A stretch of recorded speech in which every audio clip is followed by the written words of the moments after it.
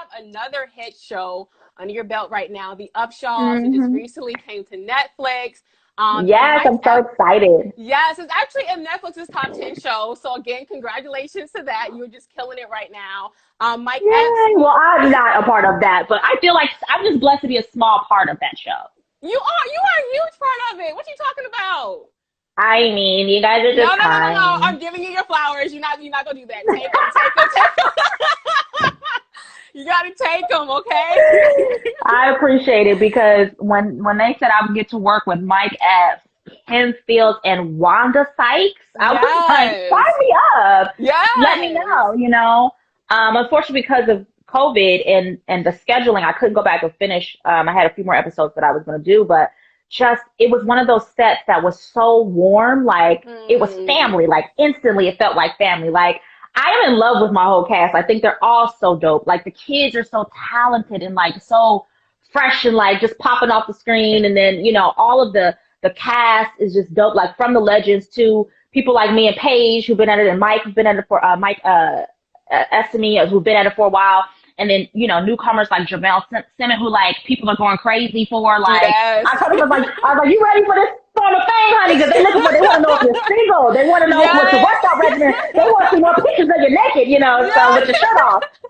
So it's just a joy to like see everybody winning on that show because they deserve it. People work hard, you know, and it's a funny show. Like I grew up with like Martin, and like I love reruns of like Martin and like Sanford and Son and like all the good old classics, like, you know, Good Times, like black comedy sitcoms. We haven't really had that in a while, and for it to come out the way that it did.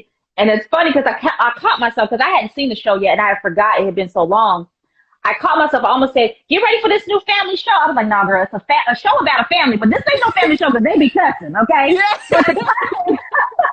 But the cussing adds to the realness of it. You know, it makes it more relatable. Like, you know, you was cussing at 12 probably. I know I was probably slipping a bomb here and there when nobody was watching, you know. But kids curse. Kids are real, like, and families curse around kids. That's just be what it is. So, but I think it's a great show, and I'm very excited for them. And I actually think you had a question. I just started talking. So go ahead, girl. You got the floor. You got the floor. Oh my gosh, I talk so much. It's okay. You mentioned Mike Epps, and I want to so he plays Benny, your character's baby daddy in the show, and he recently described the series as a Black modern day version of Roseanne. So I want to ask you, in your own words, how would you describe the Upshaws and their family dynamics? I like that comparison because it's interesting. Because what's great is that it's a middle class family. Like we're not seeing that like polished, you know, super glammed, like, oh, we've made it, we've arrived Black family. Like, you know, this isn't that show. This is more relatable of like the everyday, like how we grew up, girl. Like this is it. Like, you know, people are struggling, people make mistakes, and sometimes life is messy. Like sometimes people get on breaks, and sometimes babies, you got them ghetto twins. I never seen ghetto twins on television before. So this is a show that birthed ghetto twins. Like it introduced ghetto twins to the world. You know what I'm saying? So, but we all experience, like I know in my personal life, you know what I'm saying? Ghetto twins exist. Yeah. So, you know what I'm saying? So it's what's good is to see this flawed elements of this family.